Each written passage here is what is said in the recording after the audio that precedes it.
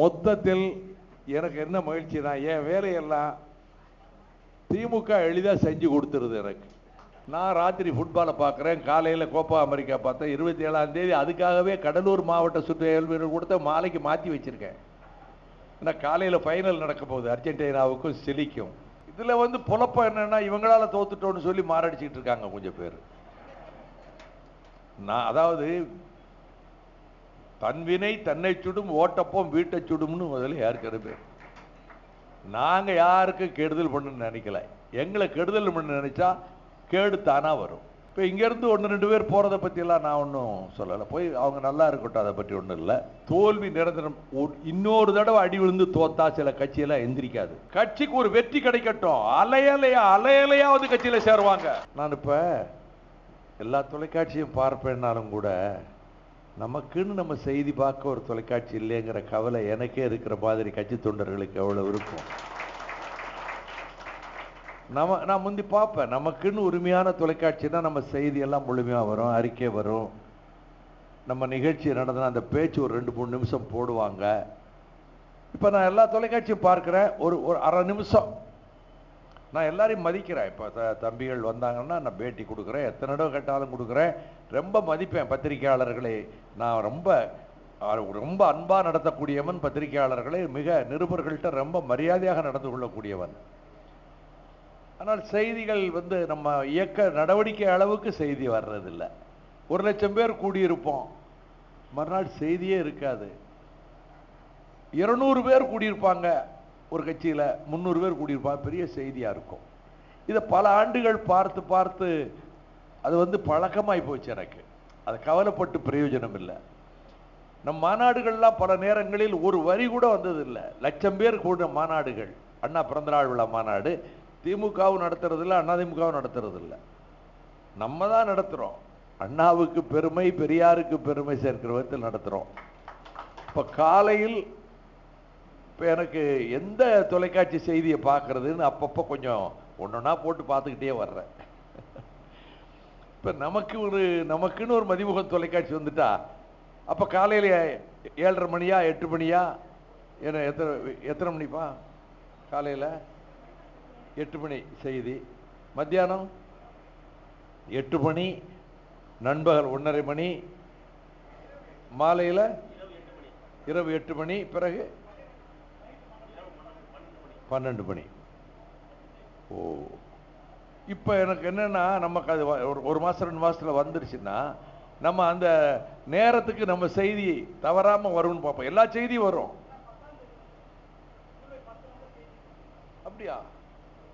நான் இன்னும் 2 மாதம் ஆகும் நினைச்சிட்டு இருக்கிறேன். இன்ப அதிர்ச்சியால தர்றாரு தம்பி தங்கதுரை.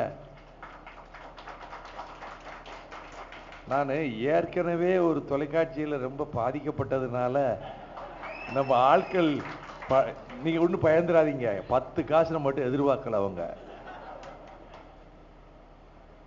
இன்னொரு தொலைக்காட்சி விஷயத்தில் கிட்டத்தட்ட ஒரு, நான் சொல்ல வேணாம், செஞ்சதை ஏன் சொல்லி காட்டணும், எத்தனை கோடி கட்சிக்காரங்க போனோம். சரி, அதை நினச்சா நம்ம வாழ்க்கையில் சில நேரத்தில் தவறு பண்ணிடுறோம், நம்பி ஏமாந்துடுறோம். ஆனால் அதில் ரொம்ப என்னை பாதிக்க. 1 பைசா கட்சி கொடுக்கல, அவர் கட்சியை கேட்கல, உங்களே அவர் கேட்கல. நம்ம செல்வபாண்டியன் மைத்துனர் அது மாதிரி ஒரு 5-6 பேர் சேர்ந்து இந்த இதை ஆரம்பிச்சிருக்காங்க. நமக்கு எவ்வளவு பெருமையாக இருக்கு. இப்போ நம்ம காலைல 8 மணிக்கு உலக செய்தியும் பார்க்கலாம், பிரிட்டனில் நடந்த பொது வாக்கெடுப்பு செய்தி இன்னைக்கு காலையில் பார்த்துருப்போம், நேற்று யூரோப்பியன் ஃபுட்பாலில் யார் தோத்தா யார் ஜெயிச்சாங்கதையும் பார்த்துருப்போம், அகில இந்தியா அளவிலே புதிய மிரட்டல் ஒன்று மந்திரிக்கு ஒருத்தர் கொடுத்துருக்காரு, அந்த செய்தியும் பார்த்துருப்போம், தமிழ்நாட்டு செய்தியும் பார்த்துருப்போம், கொடூரமான படுகொலைகள் செய்திகளையும் பார்த்துருப்போம். எல்லா செய்தியோட நம்ம செய்தியும் வந்திருக்கோம். இப்தார் நிகழ்ச்சி ஒரு 4 நிமிஷமாவது காட்டியிருப்பாங்க. அப்போ நமக்கு எவ்வளோ மகிழ்ச்சியாக இருக்கும், நமக்கு ஒரு தெம்பாயிருவாங்கல்ல. சரி, மத்தியானம் 1:30க்கெல்லாம் நியூஸ் பார்த்துடணும். இன்னைக்கு தலைமையிலிருந்து அறிக்கை தான் வந்திருந்தா 1:30 நியூஸில் பார்ப்போம். 10 மணிக்கு அறிக்கை கொடுக்குறோமில்ல, 1:30 மணி நம்ம செய்தியில் அறிக்கை முழுமையாக வந்துடும் அப்படின்னு பார்க்கலாம். அது மாதிரி மாலையில் அறிக்கையோ நிகழ்ச்சியோ இருந்தால் 8 மணிக்கு பார்க்கலாம். இல்லை பொதுக்கூட்டம் நடந்திருந்தா, அது பொதுக்கூட்டம் நடந்தா என்ன 12 மணிக்கு போடுறாங்கல்ல, கூட்டம் முடிய 10-10:30 ஆயிருது இல்லை, 10 மணி போட்டால் போட முடியாது இல்லை. இப்போ 12 மணிக்காவது பார்க்கலாம்ல. இதோட பொழுதுபோக்கு நிகழ்ச்சிகள், சினிமா சம்பந்தப்பட்ட நிகழ்ச்சிகள், அரசியல் விவாதங்கள், மற்ற மருத்துவம் எல்லாம் தேவையான நல்லா திட்டமிட்டிருக்காங்க. மிக அருமையாக திட்டமிட்டிருக்கிறாங்க. இது வெற்றி பெறும். இது விளம்பரத்துக்கு கொண்டு போய் சேர்க்கிறதுக்கு கோடிக்கணக்கில் செலவழிக்க தம்பிகளால் முடியாது. நம்ம தான் செய்யணும். நம்ம இது மதிமுகம் தொலைக்காட்சியை காணுங்கள் என்பதை நாம் மக்களிடம் எப்படி விளம்பரப்படுத்த முடியுமோ, நான் போற இடத்துல எல்லாம் நம்ம தம்பிகள்கிட்ட பேசுறேன். மதிமுகம் தொலைக்காட்சி நம் தம்பிமார்கள் நடத்துவது. ஆனால் மதிமுக கட்சி தொலைக்காட்சி அல்ல. ஆனால் நமக்கு பெரிய இந்த நேரத்தில் காலத்தினால் செய்த உதவி சிறிதனும் அது ஞானத்தின் மான பெரிது. இது உலகத்தை விட பெருசு. நீங்க செய்யற உதவி, நம்ம தம்பிகள் செய்யற உதவி. ஆகையினால இந்த ஆண்டு தொடக்கமே ரொம்ப எழுச்சியா இருக்கு. தேர்தல் தோல்வி முடிவு வந்த பற்றி கவலையப்படலையே. உடனே வந்தா ரிசல்ட்டுக்கு ஓட்டு பதிவு நடந்திருக்கு. மறுநாள் முள்ளிவாய்க்கால் நிகழ்ச்சிக்கு வந்துட்டோம். ரிசல்ட் வந்திருக்கு. சேல் கேஸ் எடுத்து ட்ரிபியூனலுக்கு நானும் தேவதாசும் போயிட்டோம். பாறை படிம வாயு இது தஞ்சை தரணி மட்டுமல்ல, தமிழ்நாட்டில் 5 மாவட்டத்தை அழிச்சிருன்னு கேஸ் போட்டுக்குமே வாதாட போயிட்டோம். இப்ப ஜூலை 22க்கு கேஸ் ஒத்தி வச்சிருக்கிறாங்க. நம்ம ஒரு நாள் கூட ஓய்வு எடுக்கலையே. என்னைய தோத்து ரிசல்ட் வந்திருக்கு, மறுநாள் கோர்ட்ல போய் நின்றுகிட்டு இருக்காருன்னா காசு வாங்கிட்டு கேஸ் நடத்த போகல. தமிழ்நாட்டை காப்பாத்துறதுக்கு என்ன செய்யறதுன்னு போய் நான் வழக்கு நடத்த போறேன். அதனால நாம் கீழே விழுறதே கிடையாது. விழுந்தால விழுறதே கிடையாது, விழுத்தவே முடியாது. அந்த அளவில் இருக்கிற உங்களை வச்சுதான். இதுல புலப்பம் என்னன்னா, இவங்களால தோத்துட்டோன்னு சொல்லி மாரடிச்சுட்டு இருக்காங்க கொஞ்சம் பேர். நான் அதாவது தன்வினை தன்னை சுடும், ஓட்டப்போம் வீட்டை சுடும்னு முதல்ல ஏற்கனவே. நாங்க யாருக்கு கெடுதல் பண்ணு நினைக்கல. எங்களை கெடுதல் பண்ண நினைச்சா கேடு தானா வரும். வேற என்ன?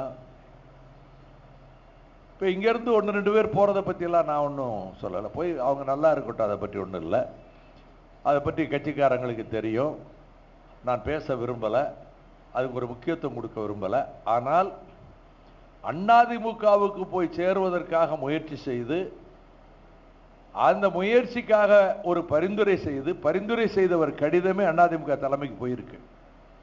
இத்தனை 3000 பேரோடு சேரப்போகிறார், இத்தனை வட்ட செயலாளர்கள், இத்தனை பகுதி செயலாளர்கள், இவ்வளவு அமைப்போடு சேரப்போகிறார்.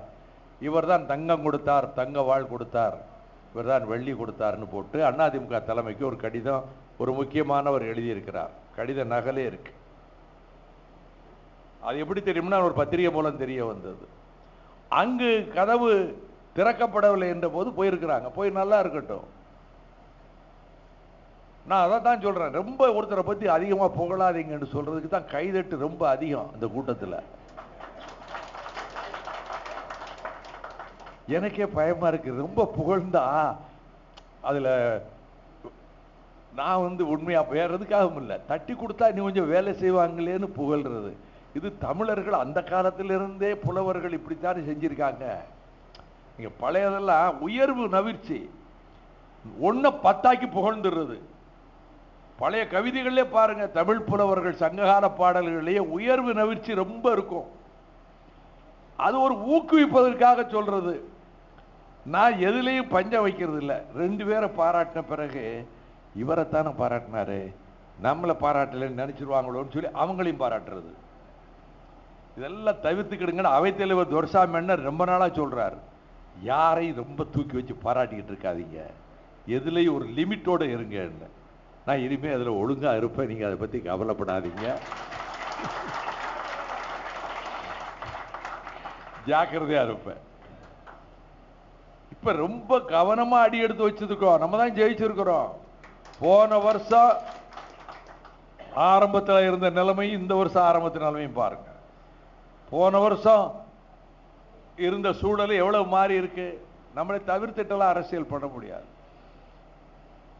நேற்று முராத் புகாரி ஏறத்தாழ 2000 பேர் வச்சு அந்த இப்தார் நடத்தினாரு.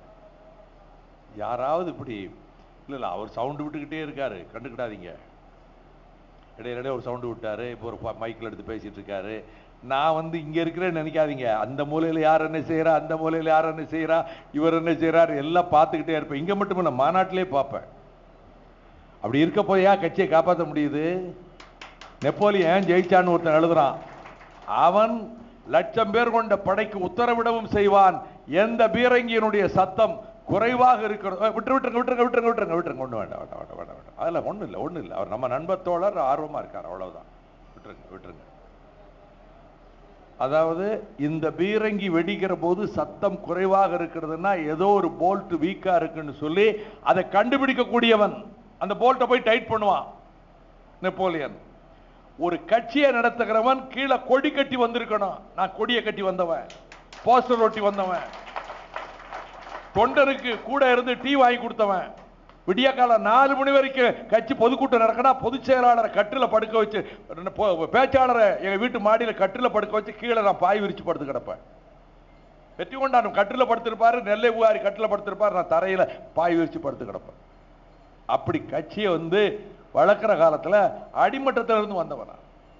அதனால இந்த இயக்கத்தில் இருக்கக்கூடிய அத்தனை சகோதரர்களையும் ஆட்சிக்கு வரல, ஆட்சிக்கு வர முடியலன்னு கவலைப்படலையே. அவங்க 1-2 பேருக்கு அபிலாசைகள் இருந்ததுன்னா போய் நல்லா இருக்கட்டும், யாரையும் நான் குறை சொல்ல விரும்பல. வந்த வரைக்கும் நல்லது, நீங்க போற இடத்துல நல்லா இருங்க, அவ்வளவுதான்.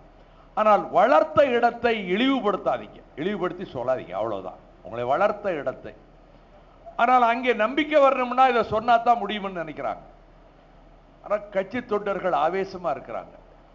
இந்த இயக்கத்தில் 2 முக்கியமான பணிகள்.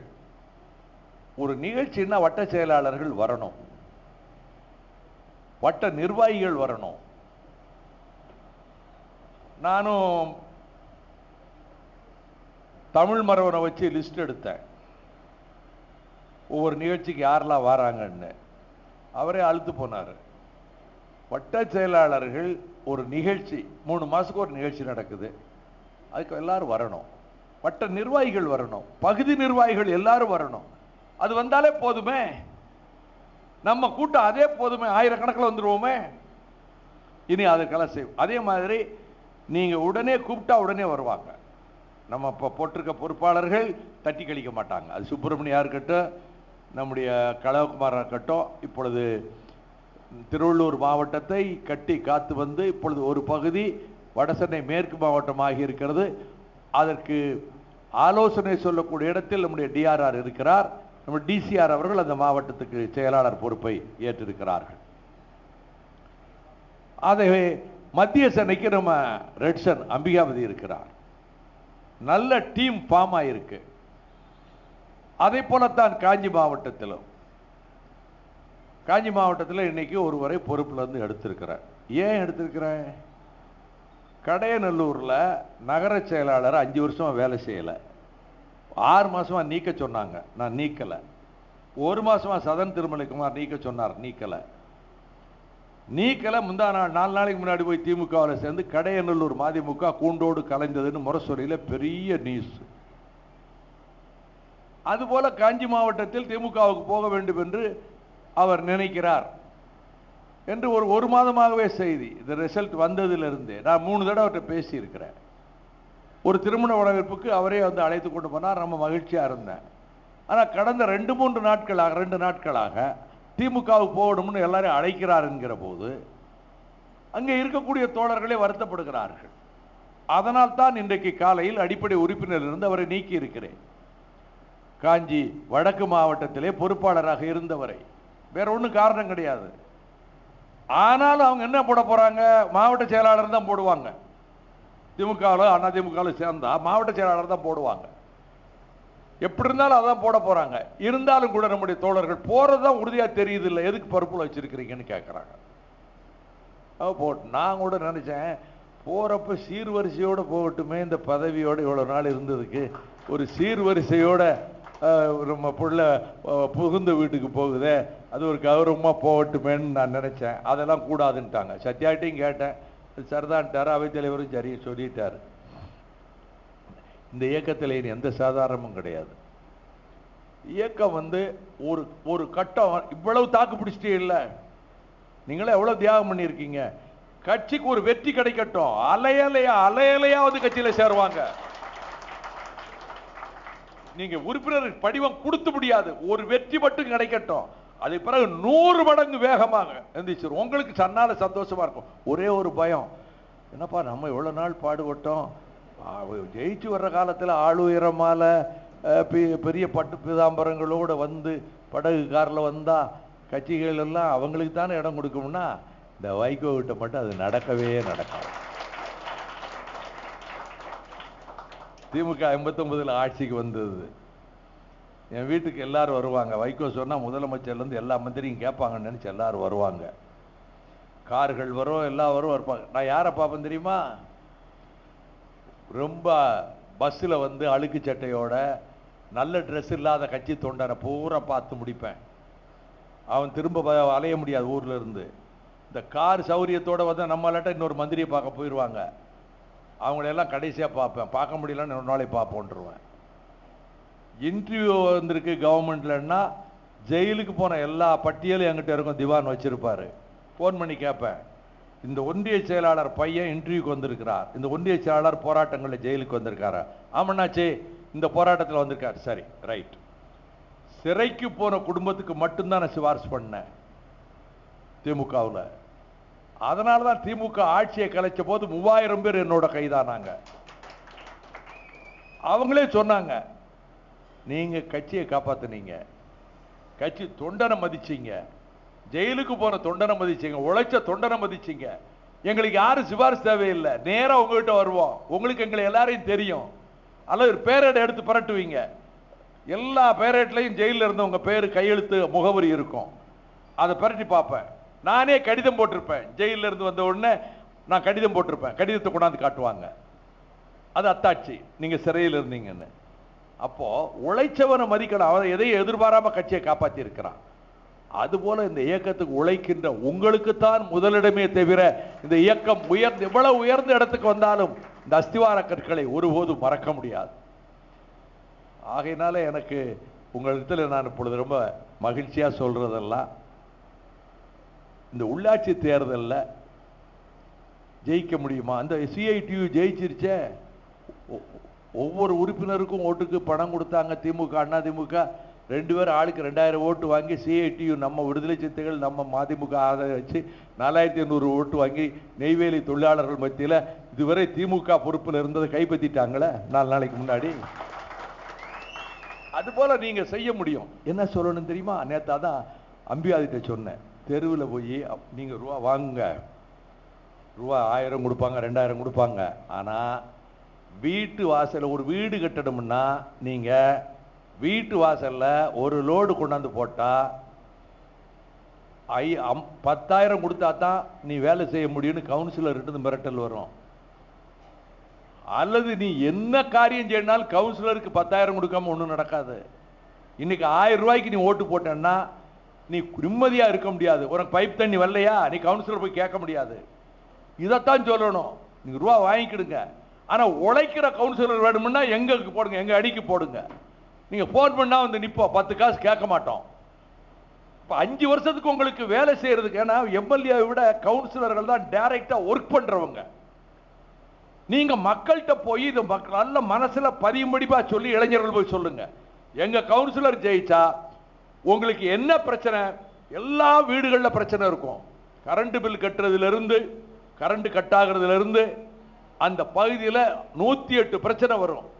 எல்லாத்துக்கும் கவுன்சிலர் வேண்டியவர்னா போன் பண்ணா வந்து நிப்பாரு. உங்களோட ஒரு பிரச்சனை, குடும்பத்திலே ஒரு சங்கடம், போலீஸ் ஸ்டேஷன் வந்து போக வேண்டி வந்துருச்சு, போன் பண்ணா கவுன்சிலர் வந்து நிப்பாரு. இது நம்ம கூட்டணி மக்கள் எல்லாம் கூட்டி இயக்கத்தின் கவுன்சிலர்கள். நீங்க எங்களுக்கு ஓட்டு போடுங்க, நாங்க உங்களுக்கு 5 வருஷம் உங்களுக்கு வேலை செய்யறோம், 5 வருஷம் சம்பளம் வாங்காம உங்களுக்கு வேலை செய்யறோம். நீங்க 2000 வாங்கிட்டு ஓட்டு போட்டீங்கன்னா அதுக்கு பிறகு 5 வருஷம் அவங்களுக்கு நீங்க கப்பம் கட்டணும். இது மக்கள்கிட்ட எடுபடும். இதை நல்ல முறையில் உள்ளாட்சி தேர்தலில் நம்ம கொண்டு போய் சேர்த்தோம்னா உறுதியாக நான் வெற்றி பெற முடியும் என்று நான் நம்புகிறேன். அவர் ஃபுட்பால் ரொம்ப தினமும் பாப்பார் போல் இருக்குன்னு நினச்சிக்கிட்டு இருந்தேன், நன்மாரன். பிறகு மெல்ல கேட்டேன், ஃபுட்பால் ராத்திரி பார்த்துட்டு பேசுகிறீரா, காலை பேப்பர் படிச்சுட்டு பேசுகிறீரான்னு. பேப்பர் படிச்சுட்டு பேசுகிறேன். நான் ராத்திரி ஃபுட்பாலை பார்க்குறேன், காலையில் கோப்பா அமெரிக்கா பார்த்தேன். 27ஆம் தேதி அதுக்காகவே கடலூர் மாவட்ட சுற்றுலா வீரர் கொடுத்த மாலைக்கு மாற்றி வச்சுருக்கேன். ஏன்னா காலையில் ஃபைனல் நடக்க போகுது அர்ஜென்டினாவுக்கும் சிலிக்கும். எல்லாம் நேற்று பேசுகிற மாதிரி தான், தோல்வி நிரந்தரம். இன்னொரு தடவை அடி விழுந்து தோத்தா சில கட்சியெல்லாம் எந்திரிக்காது. இவ்வளவு ஜெயிச்சே அவங்க உற்சாகமா இல்லையே, பணம் கொடுத்தானே ஜெயிச்சாங்க. நம்ம இயக்கம், நம்ம 4 கட்சி கூட்டு இயக்கம் வலுவா இருக்கிறோம். ஆமா, இன்னைக்கு இந்த வலுவா இருக்கிறோம்னு சொல்றதுக்கு யார் இருக்கா? நாம வலுவா இருக்கிறோம். அதனால எந்த கவலையும் வேண்டாம். நீங்க இவ்வளவு சிறப்பா நிகழ்ச்சி நடத்தி இருக்கிறீங்க. உங்களை எப்படி பாராட்டுறதுன்னு தெரியல. ரொம்ப உங்களை பாராட்டலாம். தலைவர்களை சொல்லும்போது சில நேரங்களில் கொஞ்சம் ஓவரா சொல்லிடுறேன் நான். அது என்னுடைய ஒரு நல்ல எண்ணத்துல தான் சொல்றோம். இருந்தாலும் நம்ம இந்த அளவு தகுதி உள்ளவங்க அவங்க நினைச்சுக்கிடுறாங்கிறான். எல்லாருக்கும் நான் இந்த நிகழ்ச்சி என்ன 3 அடுக்கு போட்டு ஆர்ச் போட்டிருக்காரு. சுப்பிரமணியம் எங்க நிற்கிறாருன்னு கேட்டேன். ஏன்னா அவர் இதுக்கு ஈக்குவலா செய்யணும்ல, இதோட கூடுதலா செய்வாரா, தலையாட்டுறாரு. இப்ப எவ்வளவுப்பா வசூல்? 52,000 ரூபாய் புகைப்படத்துக்கு இந்த படம் வந்திருக்கு. இப்படி தெரிஞ்சிருந்தா நான் 60,000 கொடுத்திருப்பேன்னு டிஆர்ஆர் செங்குட்டுவன் நினைக்கிறாரு. ஏன் தெரியுமா? அவர் தான் சொன்னாரு, 2ஆம் கட்ட நிதி இன்னும் கொடுக்கல, 4 நாள்ல 11 லட்சத்தோட வாரேன், மேற்கொண்டு 10 லட்சத்தை வசூல் பண்ணிட்டு இருக்கேங்கும் போது எனக்கு தேனாமிர்தமா இருந்தது.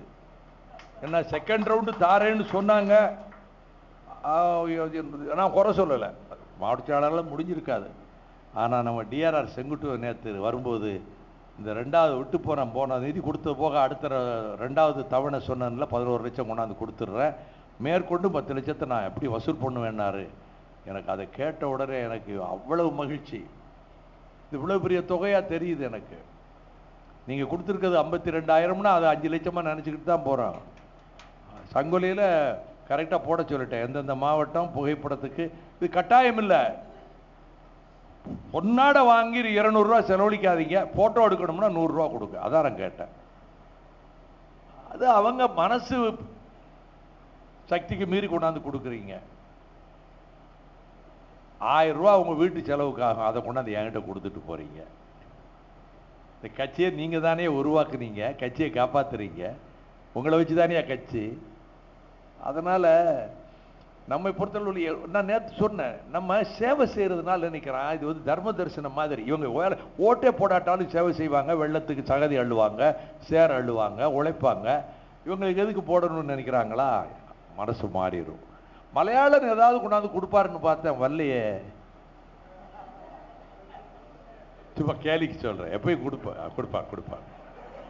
இப்ப அவருக்கு என்ன சந்தோஷம்னா, நம்ம வந்ததை பொதுச் செயலாளர் கவனிச்சிருக்காரு, அது போதும் நினைக்காரு. சும்மா கேலிக்கு சொன்ன, வேண்டாம். ரொம்ப தம்பிகள் ரொம்ப எனக்கு வின்சென்ட் சுப்பிரமணியம் வந்திருக்காரு. நான் சொல்றேன், வின்சென்ட் சுப்பிரமணியம் சேர்த்து போட்ட நோட்டீஸை என்கிட்ட காமிச்சார். என்னை நீக்கிற பருவத்தில் 92 இருந்து அப்பொழுது சேர்த்து போட்ட அந்த நோட்டீஸ் எல்லாம் என்கிட்ட காமிச்சார். சொல்லிட்டு, நல்ல சுப்பிரமணியம் நல்ல பொருத்தமா போட்டிருக்கீங்க, எனக்கு எந்த பொறுப்பும் வேண்டாம்னா நான் ஒரு 2 வருஷம் பொருளாதாரத்தை எப்படியா பலப்படுத்திக்கிட்டு அப்படின்னு சொன்னார். எனக்கு ரொம்ப மகிழ்ச்சியா இருக்கு. அதே போலதான் இப்ப நம்ம அன்னை டேவிடு மற்ற இதெல்லாம் ரொம்ப அவர் சொன்னார், நாங்க இப்ப விடுதலை வாங்கிட்டோம், சுதந்திரம் பெற்று விட்டோம்னு சொன்னார் 10 வருஷத்துக்கு பிறகு. உங்களுக்கு எல்லோருக்கும் என்னுடைய நன்றியை நான் தெரிவிச்சுக்கிறேன். இந்த உள்ளாட்சி தேர்தலை மனதில் வச்சு இப்ப இருந்து வேலை செய்யுங்க. எந்தெந்த வட்டங்கள்ல நம்ம கவுன்சில் வார்டில் வர்றதுக்கு வாய்ப்பு இருக்கும், நம்ம கூட்டணி கட்சியும் அவங்க ஒரு வளர்த்திருக்க விரும்பலாம், அதை இப்ப இருந்து பிளான் பண்ணுங்க. உறுதியாக இருக்கும். மாநாட்டுக்கு எழுதி போட ஆரம்பிச்சிட்டாரு, எவ்வளவு சந்தோஷமா இருக்கு. இடம் ஒரு 2 மாசத்துல சொல்றோம் எங்கங்கிறத.